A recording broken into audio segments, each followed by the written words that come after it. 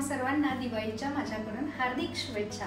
ही दिवाळी तुमच्यासाठी आनंददायी, सुखदायी आणि आरोग्यदायी असो दे। आज आपण तीळ आणि खोबऱ्याच्या करंज्या बनवणार आहोत। चला तर मंडळी, वाट कशाची बघताय? अशाच नवनवीन रेसिपीसाठी मोनाली_ऑफिशियल हा माझा YouTube चॅनल आहे। लिंक मी बायो मध्ये ऍड केलेली आहे, जाऊन नक्की चेक करा आणि चॅनलला सबस्क्राइब करायला विसरू नका अशाच नवनवीन रेसिपीसाठी। चला तर मंडळी, करंजी बनवण्यासाठी मी इथे अर्धा किलो मैदा घेतलेला आहे। त्यामध्ये मी चवीपुरतं मीठ घालत आहे। हे मैद्याचं पीठ आणि मीठ हे व्यवस्थित मिक्स करून घ्यायचं आणि त्यामध्ये आता गरम तेलाचं कडकडीत मोहन मी यामध्ये ऍड करते आहे। अर्धा किलो मैदा, त्यामध्ये चवीपुरतं मीठ आणि थोडंसं तेलाचं कडकडीत मोहन घालून याची आपल्याला कणिक मळून घ्यायची आहे। थोडं थोडं पाणी मी यामध्ये घालत आहे आणि याची घट्ट अशी आपल्याला कणिक मळून घ्यायची आहे। कणिक आपली व्यवस्थित मळून झालेली आहे। आता आपण हे 10 ते 15 मिनिट आपल्याला व्यवस्थित भिजवून द्यायची आहे।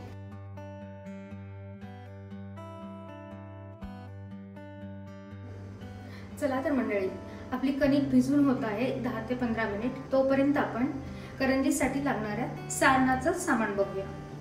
त्यासाठी मी इथे मोठी एक वाटी पिठी साखर घेतली आहे, 2 ते 3 टीस्पून साजूक तूप घेतला आहे, 1 वाटी रवा, 7 ते 8 वेलची सोलून घेतली आहेत, पांढरी 1 वाटी तीळ घेतले आहेत, अर्धी वाटी खसखस घेतली आहे आणि बारीक किसलेला खोबऱ्याचा खीस घेतला आहे। चला तर मंडळी, आता आपण पहिल्यांदा रवा भाजून घेऊया।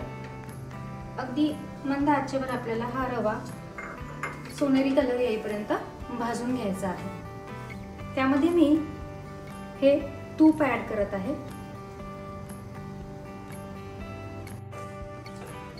अगदी मंद आचेवर आपल्याला हा सोनेरी कलर येईपर्यंत भाजून घ्यायचा आहे। अगदी खरपूस असा आपला रवा भाजून झालेला आहे, तुम्ही बघू शकता।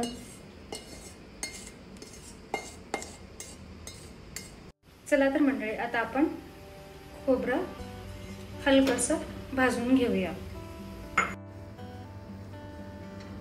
खोबऱ्याचा खिसपण आपल्याला अगदी ब्राऊन कलर येईपर्यंत भाजून घ्यायचा आहे। अगदी मंद आचेवर आपल्याला हे सगळे जिन्नस व्यवस्थित भाजून घ्यायचे आहेत।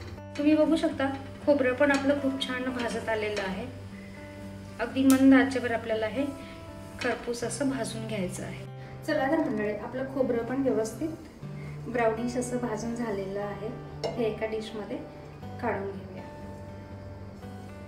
आता आपला रवा आणि खोबऱ्याचा खीस व्यवस्थित भाजून झालेला आहे। आता हे पांढरे तीळ आपण हलकेसे भाजून घेऊया। तुम्ही बघू शकता, अगदी मंद आचेवर मी हे तीळ भाजून घेत आहे। तीळ भाजायला लागले की थोडे तडतड उडतात, तुम्ही बघू शकता। खूप छान खरपूस असे हे तीळ मी भाजून घेते आहे।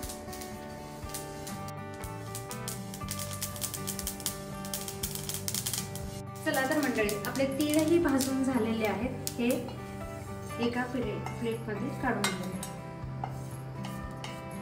आता आपले सगळे जिन्नस भाजत होत आलेले आहेत। शेवटी आपण खसखसही भाजून घेऊया। कढई माझी गरम आहे, त्याच्यामुळे तुम्ही बघू शकता, खसखसही अगदी ब्राउनिश आपली भाजून झालेली आहे। ती पण यामध्ये आपण काढून घेऊया आणि शेवटी यामध्ये आपण वेलची ऍड करतोय। आता हे जे मिश्रण आहे ते आपल्याला मिक्सरमध्ये बारीक करून घ्यायचं आहे। हे मिश्रण मी एका मोठ्या प्लेटमध्ये काढून घेते आहे आणि आपल्याला यामध्ये पिठी साखर ऍड करायची आहे। थोडंसं हे थंड होऊ द्यायचं आणि त्यानंतर त्यामध्ये पिठी साखर घालायची। अगदी खमंग वास येतोय। खोबरं, तीळ, खसखस, वेलची हे मिश्रण व्यवस्थित मिक्स करून घ्यायचं आणि मिक्सरला थोडंसं बारीक करून घ्यायचं। असं मिक्स करून घेतलं आहे। हे मिक्सरला आपण थोडंसं अगदी रवाळ असं बारीक करून घेऊया.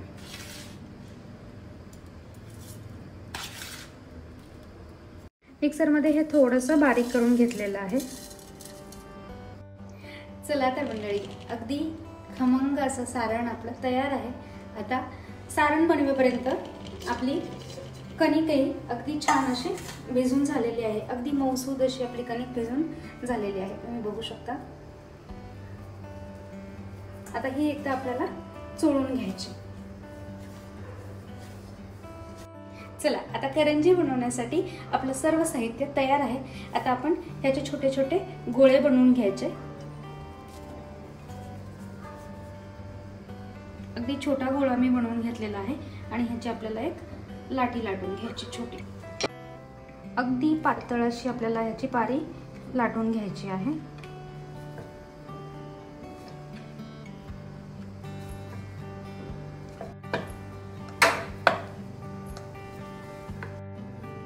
आपली लाटी तयार आहे. आता आपण यामध्ये हे स्टफिंग ऍड करूया. एका बाजूला 1 चमचा भरून स्टफिंग ऍड करायचं आणि दुसऱ्या बाजूने हे क्लोज करून घ्यायचं आणि साईडला व्यवस्थित प्रेस करायचं. चारही बाजूने व्यवस्थित प्रेस करायचं म्हणजे करंजी तेलामध्ये सुटत नाही. सर्व बाजूंनी आपण हे व्यवस्थित क्लोज करून घेऊया. व्यवस्थित प्रेस करायचं म्हणजे करंजी आपली तेलामध्ये फुटत नाही. आता हे करंजी कट करण्याचा साचा आहे, त्याने मी व्यवस्थित हे साईडने अगदी हलक्या हाताने कट करून घेते आहे. एक्स्ट्रा जी आपली कणिक आहे ती आपण काढून घेऊया. तुम्ही बघू शकता खूप सुंदर अशी आपली करंजी तयार आहे. हळूच हे आपल्याला काढून घ्यायचं आहे. मस्त अशी आपली करंजी तयार आहे. अशाच आपण सर्व करंज्या बनवून घेऊया. तुम्ही बघू शकता खूप सुंदर अशी आपली करंजी तयार आहे.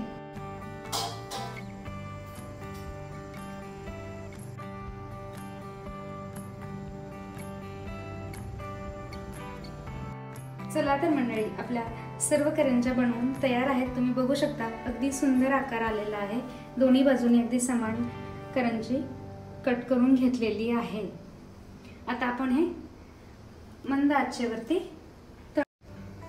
अगदी मंद आचेवर आपल्याला हे तळून घ्यायची आहे. अगदी मंद आचेवर आपल्याला हे तळून घ्यायची आहे. करंजी सोडत आहे. खूप छान फुलतात. तुम्ही बघू शकता. हलक्या हाताने हे दुसऱ्या बाजूला करून घ्यायची.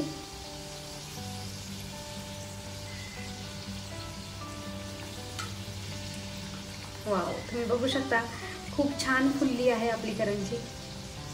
मस्त अगदी सोनेरी रंग येईपर्यंत आपल्याला ह्या तळून घ्यायच्या आहेत.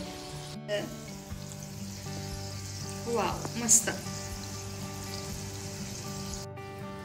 दोन्ही बाजूने एकसारखी आपल्याला ही भाजून घ्यायची आहे. जास्त हाय हीट करायची नाही, नाहीतर करंजी करपू शकते. अगदी मीडियम हीटवर आपल्याला हे तळून घ्यायचं आहे. तुम्ही बघू शकता खूप छान करंजी फुललेली दिसते आहे.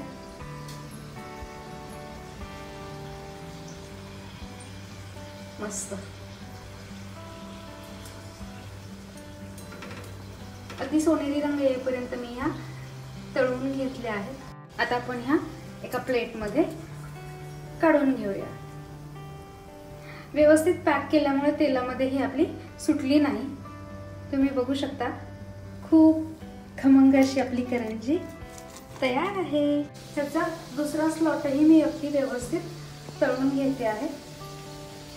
तुम्ही बघू शकता खूप सुंदर करंज्या फुलत आहेत. या दिवाळीमध्ये तुम्ही पण हा पदार्थ नक्की ट्राय करा. चवीला अतिशय खमंग.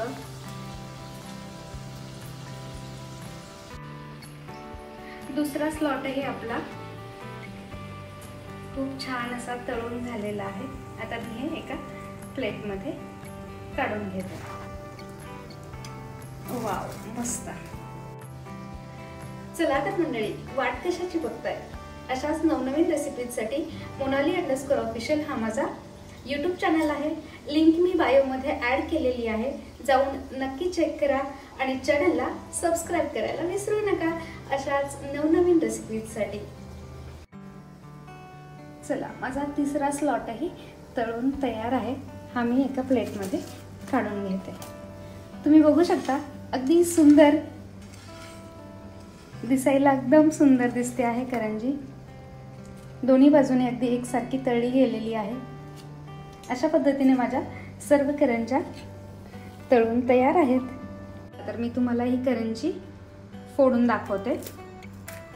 तुम्ही बघू शकता, खूप सुंदर अशी सारण आपलं दिसत आहे. चवीलाही अगदी खमंग. खाऊन बघूया.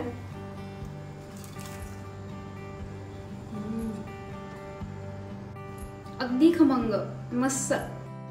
चला तर मग मंडळी, अशाच नवनवीन रेसिपीजसाठी चॅनलला पटकन सबस्क्राईब करा.